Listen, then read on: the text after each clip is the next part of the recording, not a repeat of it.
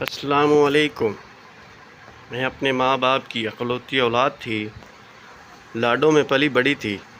گو کہ ہم لوگ مڈل کلاس فیملی سے تعلق رکھتے تھے، مگر اس کے باوجود میری ہر خواہش میرے امی ابو پوری کرتے تھے، چاہے وہ کتنی ہی بڑی خواہش کیوں نہ ہو، اور اس کے لیے انہیں کتنی ہی زیادہ کوشش کرنا پڑتی۔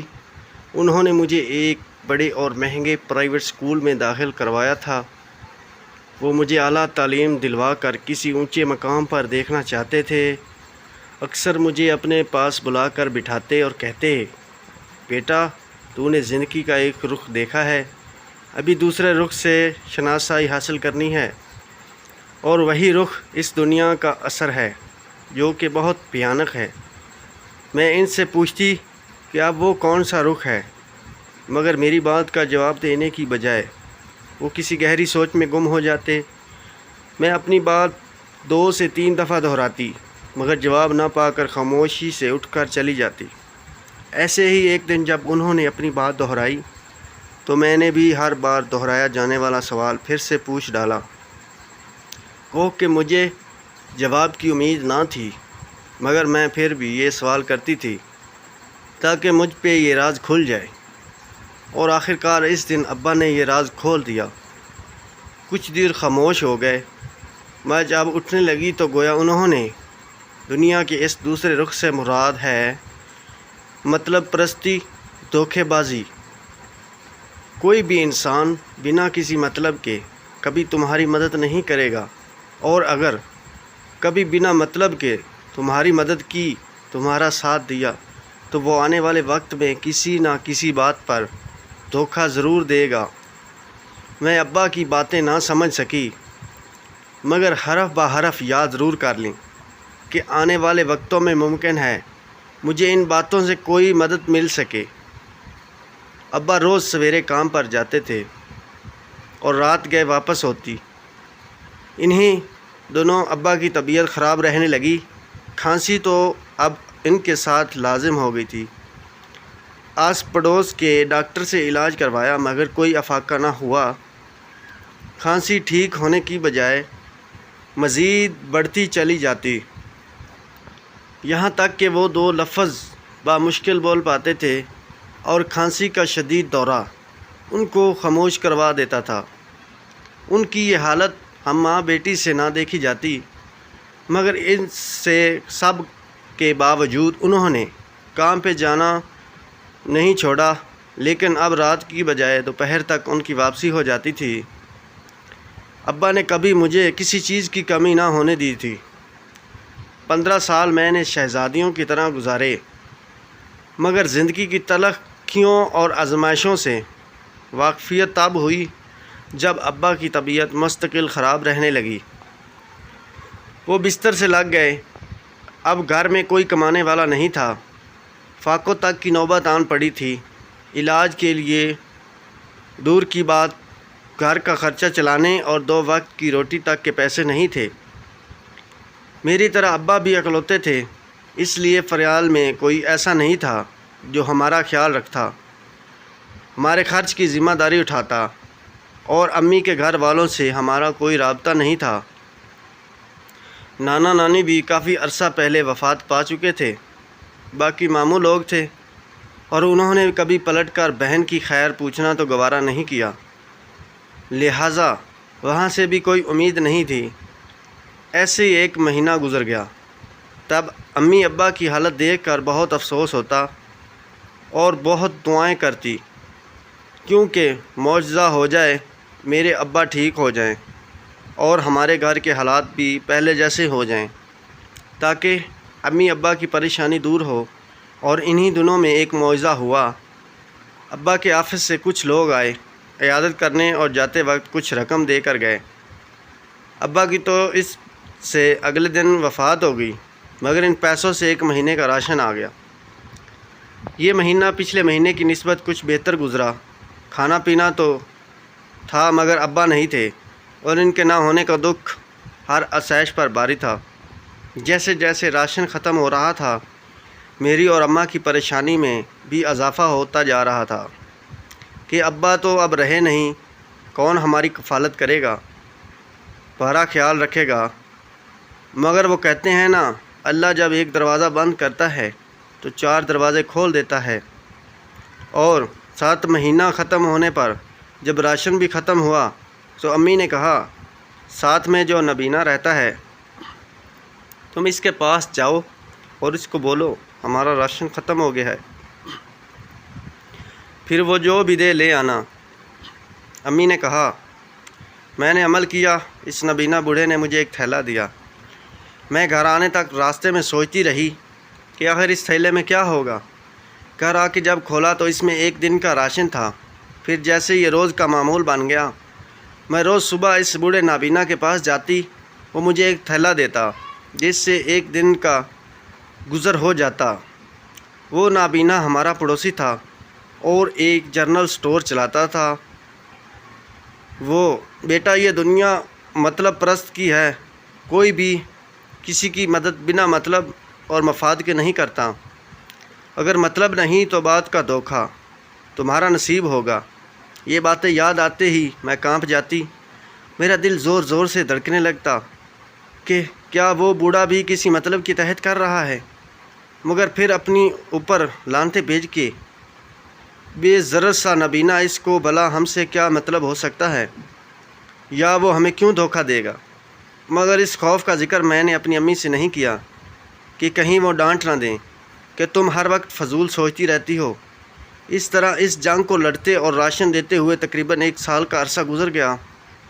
میں روز اس کے پاس جاتی، لیکن اب میری حالت شادی شدہ عورتوں جیسے ہونے لگی تھی، جیسے میں اور امی دونوں ہی بے انتہا پریشان ہو گئی، کیونکہ نہ ہی میں شادی شدہ تھی اور نہ ہی میرے ساتھ کچھ غلط ہوا تھا۔ پھر کیا وجہ تھی کہ میری حالت اب لڑکیوں جیسی نہیں بلکہ شادی شدہ خواتین جیسی ہو گئی تھی؟ میں نے زندگی میں کبھی کچھ غلط نہیں کیا تھا، آج تک پیار محبت تو دور کی بات، کبھی کسی لڑکے سے دوستی تک نہیں کی۔ پھر ایسا کیوں ہو رہا تھا کہ میں اس بات کو لے کر بہت پریشان تھی اور سوچتی رہتی تھی، اگر میری یہی حالت رہی تو محلے کے دوسری عورتیں مشکوک ہو جائیں گی، میری اور میری ماں اس بات کو کی ٹوہ میں لگ جائیں گی، کہیں ایسا نہ ہو کہ ہمارا اس محلے میں ہمارے اپنے ہی گھر میں جینا محال کر دیں اور ہم ماں بیٹی کو یہاں سے نکال دیں۔ مجھے اس سے پہلے ہی کچھ کرنا تھا، اپنی اس حالت کو ٹھیک کرنا تھا، لیکن ٹھیک کرنے سے پہلے بھی اس کی وجہ جاننا ضروری تھا کہ آخر ایسا کیوں ہو رہا ہے۔ میں شادی شدہ نہ ہوتے شادی شدہ لڑکیوں جیسی کیوں ہو رہی تھی؟ اس سے پہلے کہ میں کسی ڈاکٹر کے پاس جاتی، اپنا چیک اپ کرواتی، اس سے پہلے میرے اوپر ایک ایسا راز کھلا کہ اس نے میرے ہوش اڑا دیے تھے۔ یہ بھی ممکن تھا، ایسا بھی ہو جاتا ہے اور لوگ اس طرح کے بھی ہوتے ہیں۔ میں تب سے حیرت زدہ تھی، پریشان تھی، لیکن یہ حیرت زدہ ہونے اور پریشان بیٹھ کر دن گزارنے کا وقت نہیں تھا۔ مجھے حوصلہ کرنا تھا اور اپنی ماں کو بھی حوصلہ دینا تھا۔ مجھے یہ ثابت کرنا تھا کہ ہم اکیلی عورتیں ہوتے ہوئے بھی کمزور نہیں ہیں، ہم کسی کے لیے بھی دعوت عام نہیں ہیں، ہم فالتو نہیں ہیں۔ میں نے فیصلہ کر لیا تھا، اب بس اس پر عمل کرنا تھا اور میں اس کے لیے پرعزم تھی۔ سب سے بڑا مسئلہ تو میری حالت تھی کہ میرا پیٹ دن بدن پھولتا جا رہا تھا اور میرا جسم بے ڈول ہوتا جا رہا تھا۔ مجھے اس کی وجہ معلوم نہیں تھی، لیکن اب مجھے اچانک سے وجہ معلوم ہو گئی تھی اور اب اس کا مجھے علاج کرنا تھا۔ میں نے اپنی جمع پونجی دیکھی تو بہت مایوس ہوئی۔ کسی اچھے تو چھوڑ، کسی گلے محلے کے ڈاکٹر سے علاج کروانے کے بھی پیسے نہیں تھے ہمارے پاس، اور پیسوں کے بغیر میرا علاج ممکن نہیں تھا۔ اب میں نے خود سے وعدہ کر لیا تھا کہ مجھے پریشان نہیں ہونا اور بس ہر مسئلے کا حل دیکھنا ہے، اور میں سوچنے لگی تھی کہ پیسے نہ ہونے کے بعد علاج کروانے کی دوسری صورت کون سی ہے۔ تبھی مجھے ایک خیال آیا تھا، ابو کے دفتر کے وہ لوگ جو ابو کی وفات سے 1 دن پہلے ہمارے گھر آئے تھے اور ابا کی کچھ مدد کر کے گئے تھے، مجھے ان کا خیال آیا ہو نہ ہو وہ لوگ ہماری مدد ضرور کر سکتے ہیں۔ میں بہت مطمئن ہوئی کیونکہ یہ وہی آدمی تھا جو ہمارے گھر آیا تھا اور ہمیں 1 مہینے کا خرچ دے کر گیا تھا۔ مجھے تعارف کروانے کی ضرورت پیش نہیں آئی تھی، اس لیے میں نے مختصر اپنی درخواست پیش کی تھی کہ مجھے کوئی عجیب و غریب بیماری لگ گئی ہے اور اس کے علاج کے لیے رقم کی ضرورت ہے۔ اگر وہ کچھ مدد کر سکیں تو۔ میری بات سن کر پہلے تو ان کے چہرے پر حیرانگی کے تاثرات تھے، پھر انہوں نے کچھ سوچتے ہوئے سر ہلایا اور میرے ہاتھ میں کچھ رقم بھی تھمائی۔ میں ان کا شکریہ ادا کرتے ہوئے واپس آ گئی۔ ایک بار تو کچھ انتظام ہو ہی گیا تھا، لیکن اگلی بار کیا ہوگا میں اس کے لیے بھی فکر مند تھی، لیکن مجھے نہیں معلوم تھا کہ میرے سونے سے ہی قدرت میرے اوپر اس قدر مہربان ہو جائے گی۔ یہ سارے بند راستے ایک ہی ساتھ کھول دے گی۔ میں قدرت کے یہ کرشمے دیکھ کر حیران تھی۔ دنیا میں جیتے ہوئے انسان کی زندگی میں کبھی بھی کچھ بھی ممکن ہو سکتا ہے۔ میں گھر میں واپس آتے ہی اماں کو ساتھ لے کر ہسپتال گئی تھی۔ ڈاکٹر بہت ہی اچھی تھی اور اس نے تسلی سے چیک اپ کیا تھا اور بتایا تھا کہ پریشانی کی کوئی بات نہیں، میری حالت جلدی ٹھیک ہو جائے گی، بس مجھے دوائیں باقاعدگی سے استعمال کرنی ہوں گی اور اپنی خوراک میں تبدیلی کرنی ہوگی۔ دوائیاں تو میں نے ایک بار خرید لی، لیکن خوراک میں تبدیلی کیسے ممکن تھی؟ میرا چولہا تو اس نابینا کی دکان کے راشن سے ہی چلتا تھا۔ حقیقت جاننے کے باوجود بھی بے بس سی خاموش بیٹھی ہوئی بس اپنی بیٹی کی زندگی کا تماشا دیکھ رہی تھی۔ جب تک کھانے میں تبدیلی نہ کی جاتی تب تک میرا ٹھیک ہونا ممکن نہیں تھا، اور ہمارا تو کمانے والا کوئی نہیں تھا۔ ہماری حالت بھلا کس طرح سدھر سکتی ہے؟ اس وقت میں مایوسی اور بے بسی کی انتہاؤں پر تھی اور بے آواز رو رہی تھی۔ شاید قسمت یہی چاہتی تھی مجھے ابھی سے ماں کی طرح چپ چاپ تسلیم کر لینا ہوگا۔ ابھی میں انہی سوچوں میں غائب تھی کہ معجزہ ہو گیا۔ دروازے پر دستک ہوئی تھی۔ امی نے دروازہ کھولا تو سامنے وہی باز کھڑے تھے جن کے پاس میں کل مدد مانگنے گئی تھی۔ امی ان کی آمد پر حیرت زدہ تھی۔ آخر وہ کیوں آئے تھے؟ حیرانگی تو مجھے بھی تھی، لیکن پھر یہ سوچ کر خود کو تسلی دی کہ ہو سکتا ہے ہمارے حالات دیکھنے آئے ہوں۔ امی نے انہیں ڈرائنگ روم میں بٹھایا تھا۔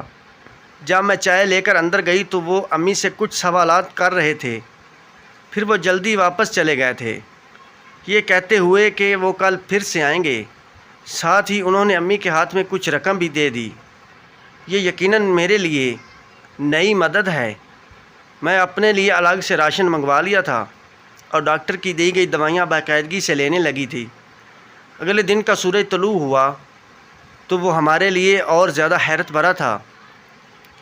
جب میں راشن لینے کے لیے اس بوڑھے نابینا کی طرف جا رہی تھی تو پورے محلے میں ایک ہی شور تھا کہ اس بوڑھے نابینا کو پولیس لے گئی ہے۔ آخر ایک شریف انسان نے، جو کہ نابینا بھی تھا اور جس نے پچھلے 1 سال سے محلے کی ایک بیوہ اس کی یتیم بچی کے راشن کا خرچہ اٹھا رکھا تھا، آخر اس نے ایسا کون سا جرم کر دیا تھا کہ اسے پولیس پکڑ کر لے گئی ہے؟ یقیناً کسی نے بلا وجہ کی دشمنی کی تھی۔ محلے بھر میں گونج ہو رہی تھی۔ میں خاموشی سے واپس آ گئی اور آتے ہی امی کو اس گرما گرم خبر کی اطلاع دی تھی۔ وہ بھی حیرت زدہ تھی، لیکن ہمیں بوڑھے نابینا کے ساتھ ہوئے اس رویے پر کوئی افسوس نہیں تھا۔ اس کے ساتھ جو بھی ہوا بالکل ٹھیک ہوا، وہ اسی رویے کا مستحق تھا۔ لیکن اس کو پکڑوایا کس نے تھا؟ اس کا راز تو صرف میری ماں ہی جانتی تھی اور میں ہی جانتی تھی، جس نے اس رات اس بوڑھے کا بھیانک چہرہ دیکھ لیا تھا۔ باقی سب لوگ تو اس بوڑھے کے بہت ہی نیک، سیدھا سادہ اور ایک خدا ترس انسان سمجھتے تھے۔ تو پھر میرے اور میری امی کے سوا ایسا کون تھا جو اس بوڑھے کا راز جان گیا تھا؟ اب یہ اسی سوچ و بچار میں غائب تھی کہ دروازے پر دستک ہوئی۔ میں نے اٹھ کر دروازہ کھولا تو سامنے پھر سے ابو کے دفتر کے باس کھڑے تھے۔ میں نے انہیں سلام کرتے ہوئے اندر آنے کا راستہ دیا اور انہیں ڈرائنگ روم میں بٹھا کر امی کو بتانے چلی گئی۔ جب امی بھی باس کے پاس آ کر بیٹھ گئی تو انہوں نے بات کا آغاز کیا۔ ابو کی بیماری جان لیوا تھی۔ یہ ابو اپنی بیماری کے آغاز میں ہی جان گئے تھے اور انہوں نے اپنے دفتر میں اپنی بیماری کی درخواست دے کر علاج کے لیے کچھ رقم کی درخواست دائر کی تھی۔ ابو کا سارا ڈیٹا کمپنی کے پاس تھا اور پھر کمپنی بذات خود ابو کے 20 سالہ کی ایماندارانہ سروس کی گواہ بھی تھی۔ اس سے کمپنی نہ صرف علاج کے لیے رقم دی اور بلکہ ابو کی خصوصی فنڈ بھی بنایا۔ جس دن ابو کے آفس کے درمیان کمپنی کا باس والد کی خیریت دریافت کرنے آئے تھے، اس دن ابو کی حالت تسلی بخش نہیں تھی۔ ڈاکٹر چیک اپ کر کے جاتے وقت کوئی تسلی دے کر نہیں گیا تھا۔ اب وہ خود بھی بہت مایوس ہو چکے تھے۔ اس سے ابو نے اپنے پاس سے درخواست کی تھی کہ ابو کے مرنے کے بعد وہ ابو کی پینشن اپنی جاری کرتے کہ ہماری کفالت کی پریشانی نہ ہو، ہمارا خرچہ پانی چلتا رہے۔ مرتے ہوئے آدمی کی التجا تھی، وہ رد نہیں کر سکتے تھے، اس لیے انہوں نے ماہانہ رقم ابو کی پینشن کی مدد میں جاری کر دی۔ لیکن یہاں ان سے غلطی ہو گئی تھی، وہ یہ کہ پینشن امی کے نام پر خود پہنچانے کی بجائے اس رقم کے مہینے کی راشن کے پیسے اس نابینا بوڑھے دکاندار کو یہ کہہ کر دے دیے کہ اس رقم سے سودا صرف رحیم کی بیوہ کے گھر باقاعدگی سے دے دینا، اسے ہر مہینے جتنا بل بنے گا اتنے پیسے ملتے رہیں گے۔ اب بوڑھا نابینا جیسے ہی یہ بات سنی، اس کے دماغ میں شیطانی پلان بننے لگا۔ اس نے امی کو کہلوا بھیجا کہ وہ فکر مند نہ کریں، رحیم ان کے بھائی تھا، اپنے بھائی کے مرنے کے بعد اس کے گھر والوں کو بھوکا مرنے کے لیے نہیں چھوڑیں گے۔ اس سے آج سے ہر روز کا راشن، گھر کا اور ضرورت کا سودا سلف وہ مجھے دکان پہ بھیج کر منگوایا کریں گے۔ امی کے لیے تو غیبی مدد تھی، آخر ایک نابینا اور برے انسان کی نیت پر اس کو کیا شک ہو سکتا تھا؟ امی کو بھی شک نہیں ہوا تھا اور امی نے خوب جولی پھیلا کر اس شریف نابینا بوڑھے کو دعائیں دینا شروع کر دی۔ پھر اس کے بعد ہر روز ہمارے گھر کا راشن اس بوڑھے کی دکان سے آنے لگا تھا۔ ہم خوش تھے، مطمئن تھے اور بوڑھا بھی بہت چالاکی سے اپنی چال چل رہا تھا۔ پھر اچانک سے ایسا ہوا کہ میری جسمانی ساخت تبدیل ہونے لگی۔ دن بدن میرا پیٹ پھولنے لگا اور میری حالت شادی شدہ عورتوں جیسی ہو گئی۔ پہل تو امی کو شک گزرا، پھر انہوں نے نظر انداز کیا، لیکن پھر اچانک سے ایسا ہوا کہ بوڑھے نے خود ہی اپنی خباثت دکھا دی۔ وہ امی کے پاس میرے لیے اپنا رشتہ لے کر آیا تھا۔ امی نے سنتے ہی انکار کر دیا۔ بوڑھا ایک تو منہ میں دانت نہیں تھے، دوسرا نابینا، پھر بھی کیسی دیدہ دلیری سے بات کر رہا تھا۔ امی کے انکار نے اسے تشدد میں مبتلا کر دیا اور وہ دھمکیوں پر اتر آیا۔ امی نے اس کی دھمکیوں کا اثر بالکل بھی نہیں لیا تھا۔ آخر ایک نابینا کر ہی کیا سکتا تھا؟ لیکن سر پر آسمان تو تب ٹوٹا جب اس بوڑھے نے یہ انکشاف کیا تھا۔ استاد اور بوڑھا امی سے ملنے آئے اور انہیں رشتے کے لیے راضی کرنے آیا تھا، اور ظاہری سی بات ہے کہ امی کسی صورت نہیں تھی۔ جب بوڑھا اور امی آپس میں بحث کر رہے تھے تبھی میری آنکھ کھل گئی تھی۔ میں نے پھر جو کچھ سنا اس نے میرے ہوش اڑا دیے تھے۔ وہ بوڑھا بتا رہا تھا کہ امی کے پاس رشتہ کرنے کے سوا کوئی دوسرا راستہ نہیں تھا۔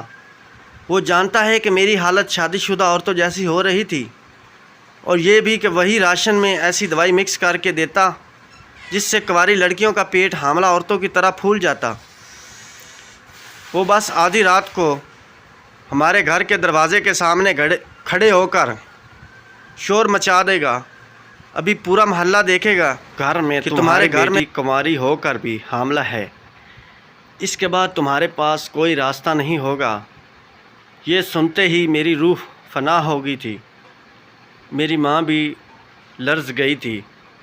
وہ بوڑھا تو دھمکاتے ہوئے خباثت سے دانت نکال کر چلا رہا تھا، لیکن مجھے کم سے کم یہ معلوم ہو گیا تھا کہ میری حالت کے خراب ہونے کی وجہ کیا ہے۔ اسے میں نے علاج کروانے کا سوچا۔ پھر میں ابو کے دفتر ان کے باس کے پاس پہنچ گیا۔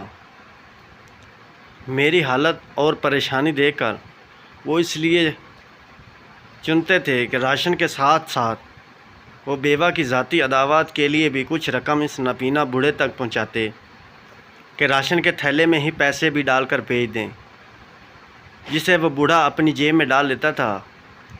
بس اسی بات سے انہیں شک گزرا تھا، اور اس کی تصدیق کے لیے وہ اگلے ہی روز ہمارے گھر آ گئے تھے۔ باتوں باتوں میں انہوں نے امی سے سارے حالات معلوم کر لیے تھے۔ امی نے ہی انہیں بوڑھے کی خباثت سے آگاہ کیا تھا، کیونکہ جب ڈاکٹر نے میرا تفصیلی چیک اپ کیا تھا تب ڈاکٹر نے ہی کہنا تھا کہ میں کوئی ایسی خوراک کھا رہی ہوں جو میرے پیٹ کو پھیلا رہی ہے۔ پوری بات سن کر وہ چلے گئے، اور پھر اپنے طور پر اس بوڑھے نابینا کی جاسوسی کروائی تو ساری حقیقت کھل کر سامنے آ گئی تھی۔ بوڑھا 2 نمبری کر رہا تھا اور ہماری زندگیاں بھی اجیرن کر رہا تھا۔ اب یہ ضروری ہو گیا تھا کہ اس بوڑھے کو اس طرح سزا دی جائے کہ میری بیوہ ماں کی اور میری عزت بھی محفوظ رہے، اور برے فقیر کو اس گناہ کی سزا بھی مل جائے۔ اسے اپنے تعلقات استعمال کرتے ہوئے اس پوسٹ نے پولیس کیس بنوایا اور بوڑھے نابینا کو 3 سال کی جیل کروا دی۔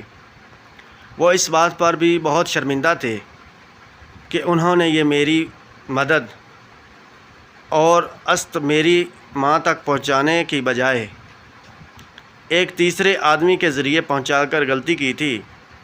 اگر وہ سیدھے امی کے نام پر فنڈ جاری کرتے تو پھر ہماری زندگیوں میں یہ آزمائش نہیں ہوتی۔ لیکن جو کچھ بھی انسان کی زندگی میں ہوتا ہے بہتری کے لیے ہی ہوتا ہے۔ معلوم نہیں وہ بوڑھا فقیر اور کب تک اور کتنی بے بس عورتوں کی مجبوری کا اس طرح سے فائدہ اٹھانے کی کوشش کرتا۔ شاید ہمارے ہی ذریعے اس کا پول کھلنا تھا۔ اس بوڑھے کی گرفتاری کے بعد ہم ماں بیٹی کی زندگی پرسکون ہو گئی تھی۔ میں نے 3 مہینے میں اپنا علاج مکمل کروایا تھا، اور میں پہلے کی طرح ہی دبلی پتلی ہو گئی تھی۔ ابو کے باس اب ہر مہینے گھر آ کر ابو کے نام کی پینشن دیے جاتے تھے، اور ویسے تو ہمارے گزر اوقات کے لیے کافی ہوتی تھی، لیکن میں اب اپنے قدموں پر بھی کھڑا ہونا چاہتی تھی۔ اس لیے اپنی تعلیم کا سلسلہ نئے سرے سے شروع کر لیا تھا، تاکہ پڑھ لکھ کر اپنے قدموں پر کھڑی ہو سکوں، کیونکہ کامیابی اپنے قدموں پر کھڑے ہونے میں ہی ہے، ورنہ لوگ اس بوڑھے فقیر جیسے ہوتے ہیں، مدد کی آڑ میں اپنا مفاد نکالتے ہیں اور دھوکہ دیتے ہیں۔ میرے ابو نے بھی مجھے یہی سمجھایا تھا کہ لوگوں کے اخلاص میں بھی اکثر مفاد پرستی اور دھوکہ ہوتا ہے، اور انہوں نے بالکل ٹھیک کہا تھا۔ مجھے اس بات کی سمجھ آ گئی تھی، جبکہ دوسری طرف دنیا میں ابھی اچھے اور بے غرض لوگوں سے بھی خالی نہیں ہوتی۔ جس طرح ابو کے باس تھے اور میں پڑھ لکھ کر اور اپنے قدموں پر کھڑی ہو کر بالکل ان کے جیسا بننا چاہتی تھی، اخلاق سے بھری ہوئی اور بے غرض ہو کے لوگوں کی خدمت کرنے والی۔ اگر آپ کو ہماری ویڈیو اچھی لگی ہو تو ہمارے چینل کو سبسکرائب کر دیں، تاکہ ہماری حوصلہ افزائی ہو جائے۔ شکریہ۔